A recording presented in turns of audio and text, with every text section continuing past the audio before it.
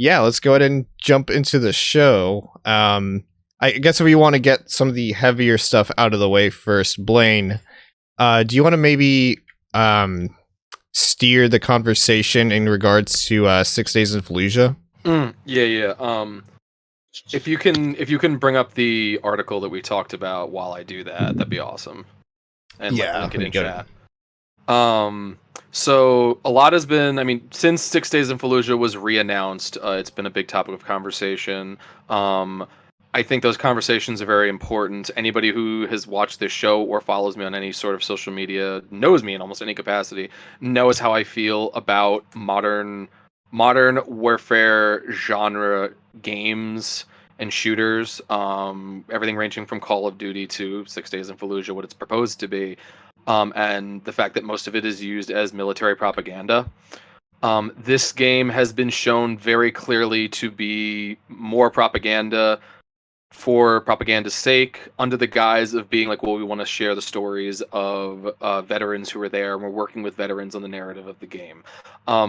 While we could all go into heavy detail of criticizing the new gameplay trailer that came out and how stupid it is that a game that you're touting as super realistic representations of a real battle and a real conflict and crisis is going to be procedurally generated missions and all this other mishigas. I think it would be much better for us to point you in the direction of listening to the voices of Arab people in game dev and games communities in general. I know I forget his last name, but Rami. I hope I'm not mispronouncing his name. Rami Ishmael, I believe. Yeah, he had made a statement on some stuff recently. He did like a short video, and Rebecca Valentine wrote an article where she had actually talked to, I believe, Arab game devs and veterans of the conflict itself about the issues. I believe, Jose, did you put it in the chat already? I put the original one that Reb did on March, I think it was 19th, and then one that she did a follow-up yesterday, I believe. Yeah, so if I'm at the risk of messing up my facts, I believe the original was the veterans and the follow-up was Arab game devs and communicating with them. Either way, go look at those and just look more into those voices, because I feel like they have the most... I feel like they have the most right to speak up about what's going on, aside from veterans in addition to veterans who speak up against what happened in Fallujah. Because as a friend of mine who is a veteran of that conflict has said, we weren't supposed to even be there. So, that being said, just do more research and please try to not the kind of funny meme you've seen going around. You are not immune to propaganda is more than just a meme. It is a fact, and just try not to let yourself get swept up in propaganda because you think it might be the first good version of said thing. Right. I hope that wasn't like a big word salad. Oh no, you're absolutely coherent. I think a lot of the distinction, because I've seen like some like typical asshats on Twitter just like kind of saying like, oh, well, why are you talking about this versus like a Call of Duty? And yes, while there are issues with Call of Duty and like fucking jingoism and propaganda and whatnot, this is explicitly based on a real event with real stories, and it's whitewashing, and it's kind of wiping away some of those war crimes, what happened to the people that actually live there. I also think it's really reductive to say, well, how come no one complained about Call of Duty when people complain about Call of Duty a lot? It's not a thing that it's not just me yelling about this shit. And it's not just like privileged gamers. It's people who have been involved in things like that. If I may, I didn't have like a Xbox 360 or PS3 when they were out. So I luckily was able to avoid most of that stuff.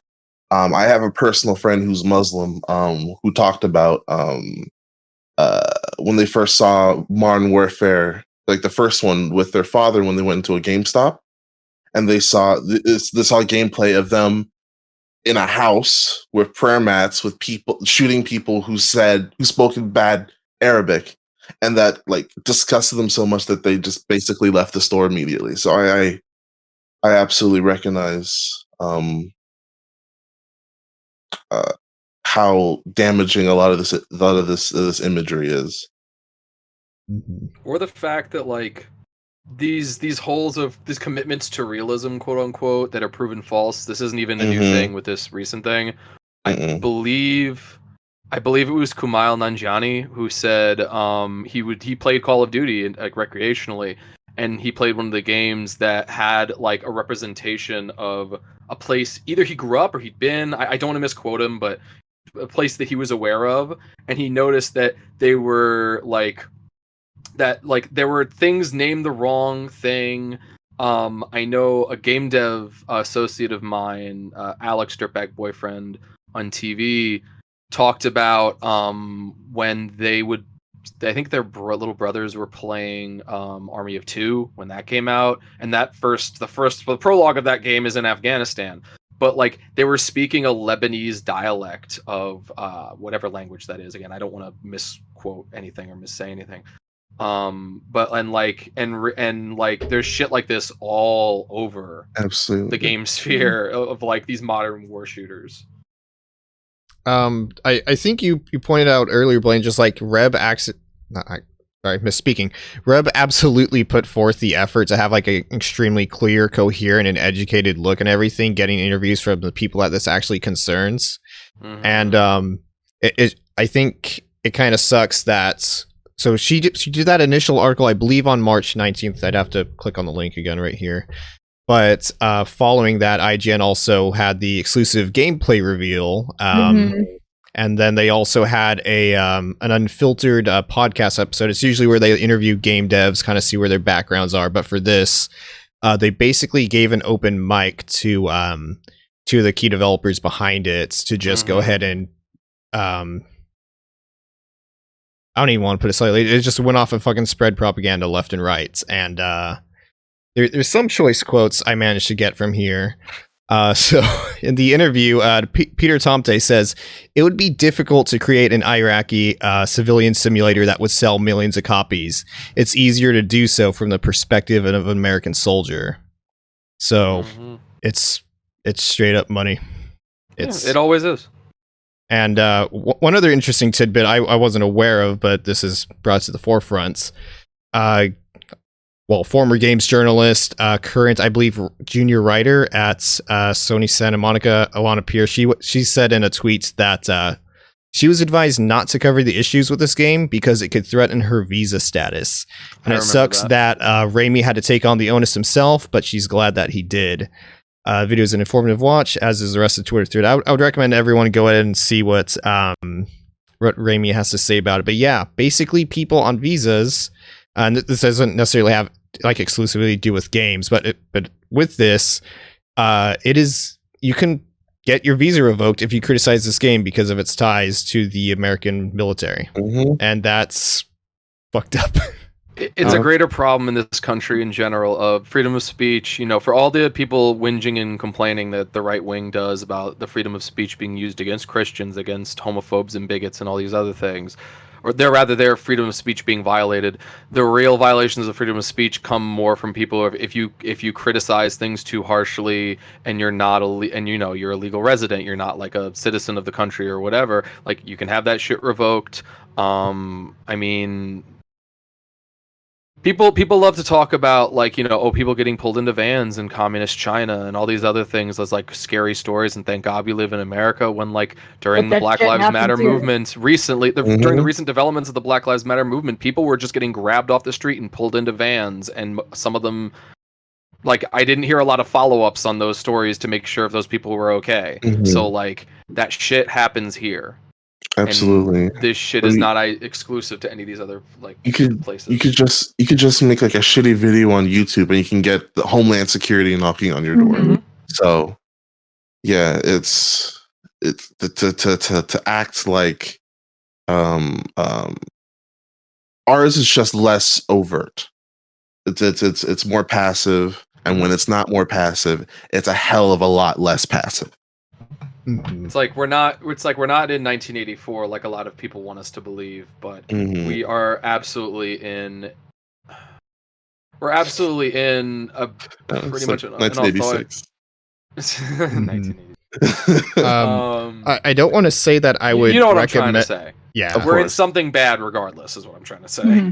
I don't want to say that I recommend people necessarily check out that unfiltered episode where those two devs are kind of going off on their thing, but I did listen to the whole thing, and it was very evident from their backstory about how they wanted to get started with the idea that they were just completely diehard, just like fuck yeah, military on everything.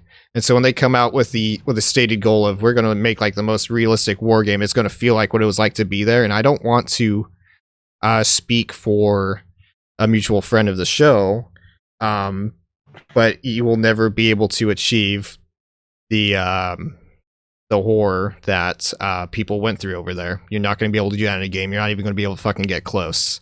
And you can't say that in a game where you get shot and you fucking wipe jelly off your face. It's fucking, also, aren't they saying that in the games like in RTS? They're like, oh, we're making it the most realistic thing possible. It's not an RTS. It was originally going to be kind of a survival horror. No, like RTS so. Elements, I remember when the game was first announced. Like I remember seeing it in like gaming magazines when the last time I picked up a magazine. Like I remember that, and then I remember the backlash, and then the publisher dropping it. And then the game just kind of faded away. And then it was like, we're not touching this now. Yeah. Mm-hmm. And then it came back, and then did they change it from, so I didn't really look into this. I just saw it rear its head again, and I'm like, no. They made it more like Call of Duty and are claiming that they're working with veterans to... Well, I know they claimed that when it was first announced, too. Well, yeah, but now they're pushing it like... with that gameplay trailer. They were like, they had the veterans speaking for like 80% of the trailer, and they had... I want to say they had like 2 different Arab men speak at the end, or rather 2 Iraqi men. Because I'm sorry, because not all Iraqis are Arabs. I don't want to conflate those things. Sorry. That's so bad. Oh my god. And the eyes of the developer, it doesn't matter, Blaine, to them. No, just because it doesn't matter to them doesn't mean I shouldn't think it matters. No, I know. I've been corrected on that. Yeah. And it's like, it's not like I definitely care about this. It makes me sick. It's disgusting to me. I don't who allowed this to come back? Who gave them the money to military. we're gonna resurrect this 10+ year dead thing. Hey Sarah, you know how Call of Duty, even though it's basically went from living off one engine for like 10 to 15 years, and now it's just kind of still doing the same thing but on a quote unquote new engine. And you know how like they keep getting money? Where do you think that money comes from? Oh no, I'm aware. Activision gets a big check from the United States government. 10+ years, and you decide to bring this back? And you know what? I am gonna I'm sorry, this and if it's all cool with y'all, I feel like we should maybe end on this point. But like, I had someone try to come at me on my Twitter comments when I was talking with John about it. Well, I was remarking on something John had said, because it's whatever. It's Twitter. We goof with each other or make points with each other. And someone came at me with like, when I said, both of the games have issues of being propaganda, but only one of the games, Call of Duty or 6 Days in Fallujah, is literally based on a real life thing where America committed war crimes. And person came at me with, oh, you mean the Call of Duty that actually shows almost everyone as a bad person, and Reagan, everyone freaked out about Reagan even though he's like actually a bad guy. And all I said to the guy was, where do you think that money comes from? He kept fighting with me, and I blocked him because I went from like, maybe you're in good faith to, nah, fuck it. These games have money pumped into them from military interests, because whether it's the Marines, whether it's the United States military, whether it's whichever branch, whether it's the DOD, whether it's CIA, like, this money goes to these not for the purpose of making a better game and properly representing America. It goes to them because they want you to believe that everything is okay. It's the same reason that children are made to fucking say the Pledge of Allegiance, or else they're mocked in school by teachers or by students if they don't. It's why you have recruitment officers at midnight launches of the newest Call of Duty. It's why you have them marketing it, even though it's an M-rated game. It's why you have them. It's why you had recruiters in high school giving out that one. Because there is literally a video game specifically made America's as Army. America's Army. Thank you. They would give that out in high schools. They gave it out at my high school when recruiters would come to teenagers. So this argument that this person brought up that I've seen other people bring up, which is like, well, teens shouldn't be playing that game anyway, and if you're stupid enough to, if you're an adult and you make a decision to join the army, that's one thing. But if you let a game tell you what to do, then you're stupid.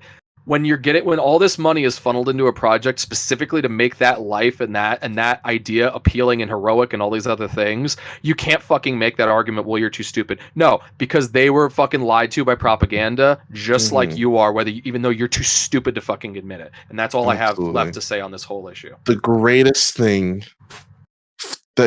bone the U.S. military ever received was teaching every child in America the name AC-130. Oh my god. Absolutely. Yeah.